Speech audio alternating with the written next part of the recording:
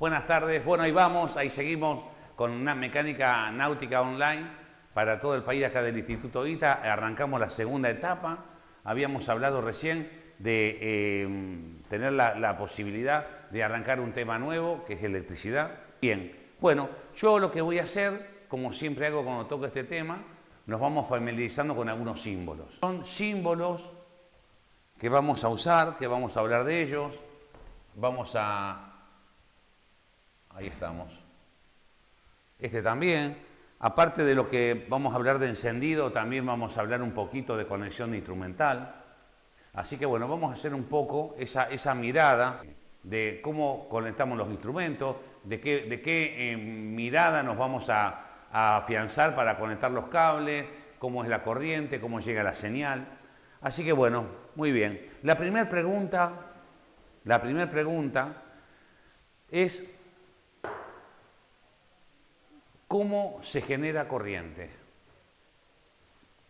La primera pregunta que decimos, bueno, muy bien, yo llego a casa, prendo la luz, se enciende un tubo fluorescente, una lamparita, prendo música, hay corriente eléctrica en la casa, y entonces vos decís, bueno, ¿y cómo convengamos algo que la corriente que yo tengo en casa o que tenemos acá es corriente alterna, ¿verdad? Bien, la corriente alterna, ¿cómo nace esa corriente? ¿Cómo se fabrica esa corriente? Un conductor atraviesa un campo magnético. Esa sería la definición. ¿Cómo yo hago para verdaderamente generar corriente? O sea, un conductor atraviesa un campo magnético. ¿Qué pasa si yo quiero tener más intensidad de corriente? 2 conductores, 3 conductores, 4 conductores, 5 conductores, 6 conductores. Y en un momento determinado tengo una bobina. Esa bobina va a ser cruzada por un campo magnético y me va a generar una corriente determinada. Pero cuando yo me quiero dar cuenta, la bobina tiene 300 vueltas. O sea que yo tengo 300 conductores cortando al campo magnético, que en definitiva la definición de corriente es un conductor atraviesa un campo magnético. Pero ¿qué pasa cuando yo tengo un bobinado con 300 vueltas y pasa el campo magnético? Ahí yo genero corriente, ¿verdad? Muy bien. Bien. Y la otra es la definición de corriente. Una es cómo genero corriente, que de esa manera un conductor atraviesa un campo magnético y si yo quiero más, hago un bobinado y tengo 300 conductores atravesando un campo magnético. Yo de esa manera genero corriente alterna. ¿Cuál sería la corriente alterna? Este símbolo que está acá. Ahí está, este que está acá arriba, este que está acá, que ustedes lo van a ver en los testers, ese símbolo es corriente alterna, ¿verdad? Bien, muy bien. Ahora, la definición de corriente. ¿Cuál es la definición de corriente? Es un grupo de electrones que transitan un conductor y la pregunta que se me hace es: si un grupo de electrones transita un conductor, ¿qué polaridad tienen los electrones? Los electrones tienen polaridad negativa. Los electrones tienen polaridad negativa. Bien. Si yo tuviera que desconectar una batería de una autoinyección, ¿cuál sería la forma correcta de desconectarla? ¿Un auto? ¿Una moto? ¿Un fuera de borda? Con inyección, con electrónica. Si yo tengo un auto, una moto o un fuera de borda que tengo electricidad, que es un motor o una moto o un auto que tiene platino, condensador, carburador, que no tiene inyección, tengo un motor afectado a electricidad. Puedo desconectar cualquiera de los dos bornes. Ahora, ¿qué pasa cuando yo tengo un auto con inyectores, una moto con inyección o un fuera de borda con inyección? Tengo que desconectar el positivo, tengo que desconectar el negativo, teniendo en cuenta que la corriente eléctrica, en definición, es un grupo de electrones que transita un conductor y la polaridad es negativa. Tengo que desconectar el negativo. ¿Cómo identifico en una batería el negativo? Vamos a suponer, yo he visto muchas lanchas, ya que estamos en náutica hablando, yo he visto muchas lanchas que los cables no están identificados, negro y negro. El dueño solo sabe que el positivo tiene un cablecito que va, porque ese es el positivo que hace la bomba de achique, tiene la alimentación de ahí, entonces ese va en el positivo, pero en líneas generales no está identificado como corresponde y hay una forma de identificarlo, pero yo siempre llevo en la valija una cinta aisladora roja que hace que yo pueda identificar cuál es el positivo y cuál es el negativo. Por otro lado, cuando yo miro los bornes, tengo dos bornes de distinto diámetro, de distintas dimensiones. Hay un borne que es más pequeño, que es el negativo, y hay un borne que es más grande, que es el positivo. O sea que yo puedo distinguir, aunque no estén los cables perfectamente bien identificados, mirando la batería y mirando el diámetro de los bornes, me voy a dar cuenta cuál es el negativo y cuál es el positivo. Si yo tomo, por ejemplo, por costumbre, el motor que sea un Chevrolet, sea una lancha con carburador, sea una lancha con inyección, siempre desconecto el negativo. Ya lo tomé como, para no estar confundiéndome, yo ya lo tomé como una regla de trabajo. Hay que desconectar una batería, por ejemplo, están arreglando una lancha, un barco, un barquito, una lancha que tiene un motor dentro y tiene un motor de inyección, hay que sacar la batería y cargarla. Bueno, ¿qué hacemos primero? Desconectamos el negativo. ¿Qué pasaría si, por ejemplo, ustedes están en la guardería y están con su lancha y tienen un Mercury 60 con arranque eléctrico, con carburador, y llaman por teléfono que un cliente se quedó sin batería en la isla y no puede volver? Ustedes van con los cables a hacer un puente. Cuando llegan allá se encuentran que es un Mercury Optimax 115. Hay que hacerle puente. Bien, vengo con los dos cables conectados. En mi batería están conectados positivo y negativo. Positivo y negativo. Vengo a la lancha del cliente, conecto el positivo y después conecto el negativo. Que le dé marcha, arrancó, desconecto el negativo y después recién el positivo. O sea, ¿qué estoy haciendo con el negativo? Cerrando el circuito o abriendo el circuito. Lo cierro para que funcione y lo abro para desconectar. Siempre el negativo, conecta y desconecta y después saco el otro. Pero esa es la mejor manera correcta para hacer un puente. Vamos a suponer que ustedes están con el auto. Te llama tu señora, un amigo, tu papá, un tío, un primo. Me quedé con el auto, no tengo batería, no puedo arrancar, no sé qué pasó, me olvidé la lamparita prendida, la radio, no arranca la chata. Entonces vos llegás con tu auto, que tiene inyección, y la chata o el auto también tiene inyección, por ejemplo, que puede pasar, y tenés que hacer un puente. El puente se hace de esa manera. Vengo con los dos cables ya conectados allá atrás, con el auto mío que tiene carga, conecto positivo y negativo. Arrancó, saco negativo y saco positivo. Esa es la manera correcta, de hacer esta característica, de poder hacer un puente, y que de alguna manera no tengamos ningún lamento de que se queme algo o algún daño en la parte de inyección o de alta tensión de cualquiera de los dos vehículos, ¿verdad? No va a ser cosa que vos vas a ayudar a alguien y terminas haciendo un puente al revés y terminamos haciendo una macana. Yo les hago una salvedad. En cualquier vehículo que vos conectes el motor, los cables al revés, lo primero que vas a quemar son los diodos del alternador, así. Sea un motor con carburador, si conectaste al revés la batería, quemaste los diodos. Los diodos están inversamente conectados, ¿verdad? Están inversamente conectados a lo que es la corriente del alternador. Sale la corriente pero no entra nada, porque los diodos no permiten que entre ni siquiera un cortocircuito. El alternador nunca se quema, solo se queman los diodos. Choca el auto, por ejemplo, sufre un choque, hay un cortocircuito, el alternador nunca se quema. Tengamos en cuenta ese tema. Ahora, bien, esa es la forma correcta de hacer un puente, ¿verdad? Tengamos en cuenta eso. la corriente es alterna. ¿Cómo consigo corriente eléctrica? Un conductor atraviesa un campo magnético. ¿Cuál es la definición de corriente? Un grupo de electrones transita un conductor y por fuera va un campo magnético. Por fuera va un campo magnético, ¿verdad? O sea que por el conductor de cobre va la corriente eléctrica y por fuera del conductor va un campo magnético, siempre, siempre, siempre, siempre, ¿verdad? El grupo de electrones es corriente de polaridad negativa. Eso nos hace pensar que en una autoinyección tenemos que desconectar el negativo. ¿Y para qué? ¿Por qué sería? ¿Cuál sería la razón? La razón es la siguiente. Todas las computadoras EQ que están afectadas a motores fuera de borda, motos y autos, que están afectadas a la inyección, después de los 10 años, se tornan sensibles. Una mala desconexión hace que la computadora corte funciones.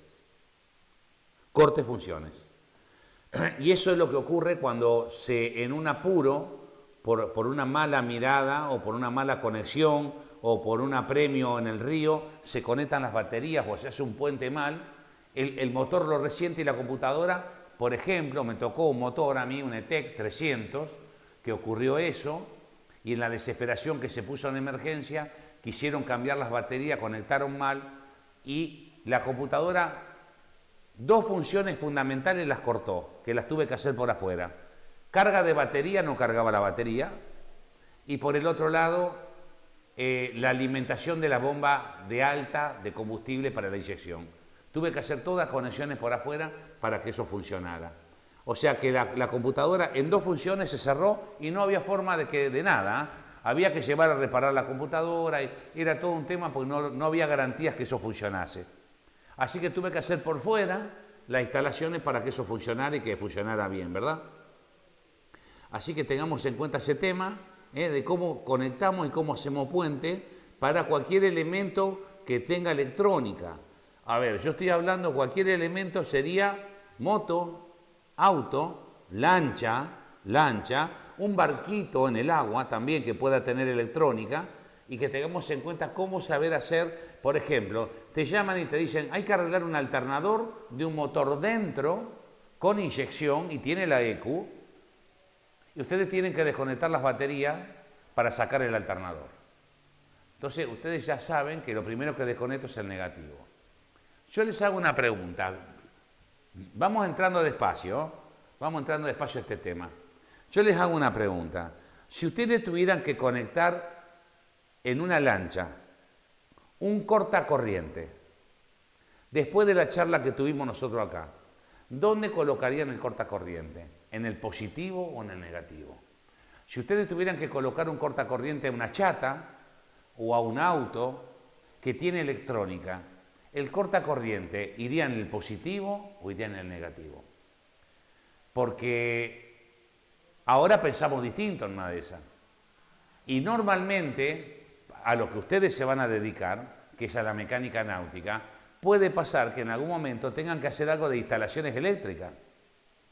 Y hacer algo de instalaciones eléctricas significa poner un cortacorriente. ¿Dónde lo colocan? ¿En el positivo o en el negativo? Yo después le digo dónde lo conecto yo. Pero me gustaría saber lo de ustedes. Sí. Bueno, te responden los chicos. Claudio dice en el negativo. Bueno, claro. Jean comenta en masa y Tomás dice en el negativo por la computadora. Bien ahí. Bueno, está claro. Ojo con estos temas, porque dos cosas fundamentales. Siempre en la valija de herramienta un rollito de cinta roja para identificar. Por ejemplo, puede pasar de que no están identificados los positivos. Bueno, ustedes tienen que hacer una desconexión por algo. Ya nomás están pasándole una vueltita cintiladora que ya quede identificado, bien identificado cuál es el positivo. Para ustedes mismos. Y por el otro lado, habiendo lo que hemos hablado, está bueno el tema, ¿no?, de dónde colocamos un cortacorriente. Buenísimo. Está claro que hasta acá estamos viendo corriente alterna, que es la corriente que nosotros tenemos acá. Yo esa corriente la puedo trasladar, la corriente alterna. Ahora, la corriente, para que yo la pueda almacenar, la tengo que rectificar. para poder almacenarla en un capacitor, para poder almacenarla en una batería. Yo la tengo que rectificar, ¿verdad? Entonces, ¿quiénes actúan acá en esta rectificación? Yo voy a hacer un croquis en el pizarrón de la corriente alterna. ¿Cómo nace la corriente? Esto que estoy haciendo yo acá es un croquis de la corriente alterna. Vamos a poner arriba el símbolo. Ahí está. Corriente alterna. Bien. Ahí estamos. Ahí estamos. Bien. Ahora, como pasa en un alternador de autos, lo que yo necesito es rectificar la corriente alterna. ¿Qué voy a usar? Semiconductores. ¿Quiénes son los semiconductores? Los diodos. Los diodos son semiconductores. Yo acá tengo un diodo positivo y un diodo negativo. Y este diodo que está acá se llama tiristor. Le vamos a poner el nombre. Este que está acá se llama tiristor. Ahí está. Que tiene una característica el diodo tiristor. Cuando yo le doy, el diodo tiristor tiene una ventana acá, una puerta que está cerrada. Ahí está cerrada la puerta. Los semiconductores son, tanto el tiristor como el positivo o el negativo de los diodos, son elementos que tienen un solo sentido de traslación de la corriente, no pueden volver. Va para un lado pero no puede regresar, como en un cable. En un cable la corriente puede ir y venir, pero acá no. El semiconductor es eso, tiene el traslado de los electrones a través de un solo sentido nomás. Bien, el diodo tiristor trabaja igual, es de un solo sentido, pero tiene en la ventana cerrada para que no pase la corriente, llega hasta ahí la corriente, ¿verdad? ¿Dónde abre la puerta? ¿Dónde abre la ventana al diodo tiristor? Cuando yo en la tercera pata le doy una corriente eléctrica, la corriente eléctrica abre la tercera pata y se dispara la corriente en el momento adecuado, ¿verdad? Ahora, los que yo voy a usar para rectificar la corriente son los diodos positivo y negativo. En un alternador de un auto que se genera corriente, después vamos a ver cómo funciona un alternador de un auto, y algunos motores fuera de borda tienen el alternador de un auto chiquito arriba, ustedes lo habrán visto. Pero después, antes vamos a ver otras cosas. Y la corriente generada, que es alterna, la paso por una plaqueta de iodos, y en el caso del fuera de borda es una cajita muy prolijamente al costado, que tiene iodos positivos y negativos. La corriente pasa por ahí y se rectifica a través de dos iodos y dos diodos, un diodo y un diodo, o tres diodos y tres diodos, depende el alternador que yo tenga. Y la corriente, cuando pasa por el puente de iodos, lo vamos a llamar así, puentes de iodo, se va a transformar en corriente continua. La corriente continua se va a transformar en una corriente a la cual yo la puedo almacenar en una batería, en un condensador o en una pila, ¿verdad? Bien. Ahora, allá enfocamos el croquis aquel, Andy. ¿Qué va a pasar cuando la corriente alterna, que es esa que está en el pizarrón, ahí estamos, yo paso esa corriente por los diodos? La corriente va a quedar así. Esto que yo dibujé acá son los ciclos de la corriente, Ahora, yo como estoy dejando, acá, ahí está. Esto es masa, y esto que está acá es corriente eléctrica. O sea que me quedó positivo y masa. Y de esa manera yo puedo tener una corriente continua, ¿verdad? Ahí quedó, ¿eh? Ese es el croquis, ahí quedó la corriente continua, porque los ciclos quedaron de otra manera, y ya el símbolo que yo voy a usar con corriente continua en el tester es este que está acá. Este que está acá, ahí vamos, exactamente, este que está acá. O sea que yo cuando busco en corriente, en el tester, voy a encontrar corriente alterna y corriente continua, ¿verdad? Bien.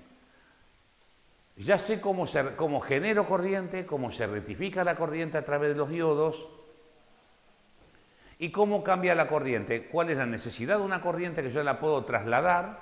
¿Y cuál es la corriente? ¿Cuál es la corriente que yo tengo para poder almacenarla en una batería? Bien, Entonces yo ahora tengo corriente continua y tengo corriente alterna. La corriente siempre nace alterna. Lo que yo puedo es transformarla. La puedo rectificar, la puedo modificar y de esa manera yo la puedo almacenar en una batería. Hablando un poco de la batería, vamos a suponer que viene un cliente y le dice a ustedes, tengo que cambiar la batería de la lancha. ¿Qué batería tengo que colocar? Otra pregunta posible puede ser, ¿cómo te va? Vos que estás en la mecánica, tengo que cambiar la batería del auto. ¿Qué batería puedo colocar en el auto? Tengo la chata con el motor diésel. ¿Qué batería corresponde en la chata con motor diésel? Les aclaro algo. Las baterías en los vehículos van de acorde al alternador que tenga cada auto. Si vos tenés, por ejemplo, cito algo, la Meriva con motor Isuzu tiene un alternador de 110 amperes. 110, 120 amperes. Yo ahí puedo poner una batería de 120 amperes. Ahora, si yo tengo una lancha que el alternador, es claro que hay que buscar la información, ¿verdad? Que el alternador tiene un alternador de 55 amperes. La batería va a ser de 55 amperes. Si yo, ¿qué pasa si tengo un alternador de 60 amperes y le pongo una batería de 90 amperes? El alternador va a cargar hasta 60. El alternador va a cargar hasta 60. O sea, nunca va a llenar la batería. Para que eso ocurra, lo que yo tengo que tener es una relación entre el alternador que tiene puesto el vehículo, porque puede pasar de que a ustedes les toca atender a una batería en camionetas y algunas mecánicas tienen que tener. No todo es lancha y puede pasar también que ustedes atiendan un barquito que tienen alternadores. Y la batería, ¿cómo la cambiamos? Bueno, pero pará, ¿cómo cambiamos la batería? ¿Qué alternador tenemos acá? Si yo tengo alternadores de 75 amperes, las baterías tienen que ser 75 amperes. No, vamos por una más grande, sí, de 2 cuadras, pero claro, está clarito, por más batería grande que vos pongas, la batería se va a llenar de acuerdo a la fuerza que tenga el alternador, al poder de carga del alternador. O sea que la batería, tengamos en cuenta la información de cada alternador, colocar la batería adecuada. Eso es así. O sea, hay motores fuera de borda que sé yo que la batería de 90 y ponen el auto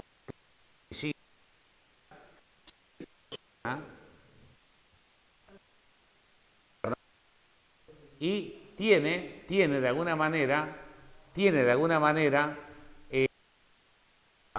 la característica de no. Entonces, eso, para que tengamos la del instrumento adecuada, para que el alternador trabaje con la batería adecuada, tiene que estar en concordancia alternador, cantidad de amperaje y cantidad de amperaje de la batería. Detalle, para que lo tengamos. ¿Bien? Muy bien. Bueno, vamos a revisar un poquito cómo estamos con los símbolos del pizarrón. Corriente alterna, corriente continua, diodos, que son los semiconductores que me permitan rectificar la corriente. Voy a tener este símbolo que es masa, ya lo vimos allá, cuando se rectificó la corriente, vimos que nos quedó positivo y masa. ¿La masa de dónde viene? De cualquier parte del cuerpo del bloque del motor que estemos trabajando. Cualquier parte del bloque del cuerpo que estamos trabajando. Eso va a masa de la batería. O sea, cualquier tornillo que agarre el bloque, de ahí un cable a la masa de la batería. Y el positivo, por supuesto, que viene del elemento carga, sería un alternador, cuando ya viene rectificado y viene a la batería. Por lo general en lo fuera de borda, vamos a hablar por lo general en lo fuera de borda, de abajo del volante salen 2 cables amarillos. Pueden salir 3 cables amarillos. ¿Está? En algunos fuera de borda tengo bobina de luces y en otros fuera de borda tengo alternador. Habría que ver qué tiene en ese momento el motor que estamos mirando, ¿verdad? Si llegara a tener alternador, tenemos que conseguir un rectificador con 3 cables amarillos o con 2 cables amarillos. es la opción que tenemos, ¿verdad? Habría que ver que uno es monofásico y el otro trifásico. Entonces, tendríamos que ahí ver cómo rectificamos la corriente y optar por ese lado. Por el otro lado, usamos los diodos para rectificar. Pueden venir algún tipo de rectificador pequeño, yo los hago fabricar. A ver, yo les voy a ser sincero, tanto sea para la bobina de luces, que a veces se usa para cargar. A ver, una bobina de luces va a generar corriente para alimentar 3 lamparitas, la de popa y la de estribor y la de babor. ¿Sí? No va a haber un pico de corriente, porque está diseñada la bobina para alimentar 3 lámparas y no quemarlas.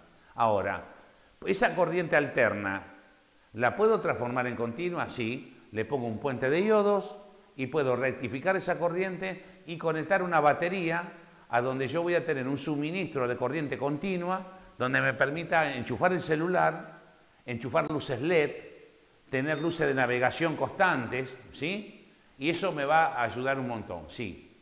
Sí, Xian pregunta, ¿cómo se puede medir qué amperaje tiene un alternador? No, a ver, el amperaje, Xian hace una pregunta interesante. ¿Cómo se puede medir el amperaje que tiene un alternador? Algunos alternadores tienen una chapita identificatoria donde habla del amperaje. Si no fuera que no tiene mala chapita, y por ejemplo los fuera de borda no tienen chapita, lo que hay que buscar es datos técnicos del motor, por internet, datos técnicos del motor, y me va a figurar alternador y tanto amper. En los motores fuera de borda igual. O sea, tenemos que buscar información, sí. Hay que meterse en la compu, preguntamos, datos técnicos del motor del que ustedes crean, puede ser un motor de un auto, una chata, un fuera de borda, o un motor marinizado puesto en un barco, y tienen el alternador original. Algunos alternadores de auto traen una chapita donde hay una información interesante. De todas maneras, siempre está la posibilidad de entrar a internet y buscar qué información tiene. Por ejemplo, el auto fulano de tal, la chata tal. Y ahí sale todo lo que sería... A ver, podemos decir, bueno, mira, los alternadores de este barquito son de una Meriva. Entonces, ¿qué hacemos? Buscamos Meriva, sí, de 120 amperes. Las baterías tienen que ser de 120 amperes. O sea, hay que buscar información para poder después saber comprar qué batería, ¿no? La chata de ustedes mismos, vamos a suponer que se compran una chata para poder trabajar, llevar y traer los motores. Vos tenés que saber lo que vas a hacer en tu chata. Entonces vos decís, bueno, me compré tal chata, busco la información, mira, lleva una batería esta, la batería que lleva, y coloca la batería que va. ¿De acuerdo? Siempre nos recordamos que los motores diésel, por característica de arranque, vamos a encontrar que el rango de carga de los alternadores es un poquito más alta, sí. En los motores diésel sí. Así que ese es el tema, para que tengamos en cuenta cómo hacemos la elección de una batería, ¿verdad? Pero está claro que en la mayoría de las veces van a tener que buscar información, datos técnicos del motor, o de tal auto, de tal chata, o de tal motor fuera de borda, o de tal motor... Yo ahí les mandé, no sé si después les voy a volver a mandar, algunos datos técnicos de algunos motores fuera de borda, que ustedes pueden entrar en el manual, y cuando habla carga de batería dice alternador, y al lado dice tantos amperes. Ahí te marca tantos amperes, indudablemente. ¿Verdad? Buenísimo. Estamos ahí. Masa, positivo, diodo tiristor, que ya sabemos que la tercera pata es un disparo. Diodos, corriente continua, corriente alterna. Nos queda por hablar un ratito de ohm, el último tema, y hacemos ahí un corte, porque el otro tema ya nos tendríamos que meter en encendido. Y ese me gustaría arrancar y terminar. No que quede por la mitad. Así que el comienzo de la clase que viene vamos a arrancar teniendo en cuenta estos datos. Podemos hacer un repasito rápido, pero tengamos en cuenta lo que yo digo, ¿no? Vamos a arrancar con encendido ya de funcionamiento, ¿verdad? Bien. Al ohm, mido resistencia. ¿Qué sería la resistencia de un conductor? Es el freno que tienen estos electrones. Ya dijimos cuál es la definición de corriente eléctrica. Es un grupo de electrones transitando un conductor. ¿Bien? Bien. Ahora, la resistencia de un conductor que yo quiero medir es la afluencia que tienen estos electrones al transitar por el conductor. Normalmente nosotros usamos el cobre, que el cobre no tiene una resistencia, pero los electrones transitan como en el patio de la casa, no tienen problema, ¿verdad? O sea que transitan libremente sin ningún problema. ¿Qué pasaría, por ejemplo, si yo coloco, como ocurre en una estufa eléctrica, el enchufe 220, el cable de cobre pasa a la corriente, ningún problema? Cuando llega a la estufa, que están las dos velitas, se empiezan a encandecer. ¿Qué pasó ahí con la corriente eléctrica? Porque mientras la corriente eléctrica pasó por el cobre no hubo ningún inconveniente. Pero ¿qué pasa cuando la corriente eléctrica transita por las velitas? El material de las velitas ofrece resistencia al tránsito de los electrones se chocan, empiezan a levantar temperatura y se encandece y se pone al rojo la estufa y genera calor. Calor es una de las posibilidades de la transformación de la energía. Hay dos transformaciones de la energía, calor o trabajo, ¿verdad? Calor o trabajo. Bien. Entonces, de esa manera nosotros generamos calor y nos damos cuenta que el material que está hecho, el resortito que va alrededor de la velita, tiene una resistencia al tránsito de los electrones bastante importante porque se pone al rojo y genera calor. La pregunta es, ¿qué pasaría si en el mismo contexto de la estufa yo coloco una varita de tungsteno, controlo la atmósfera, le pongo un gas inerte? ¿Qué podríamos generar si yo tengo una atmósfera controlada con un gas inerte y una varita de tungsteno donde transitan los electrones? Es muy factible que estuviera armando una lamparita, no una lámpara de LED, una vieja lámpara, la que se usaba antes, donde los electrones transitarían por el tungsteno y el tungsteno ofrece tanta resistencia que aparte de generar calor, ilumina por tanta encandecidad que tiene. ¿Por qué no se funde?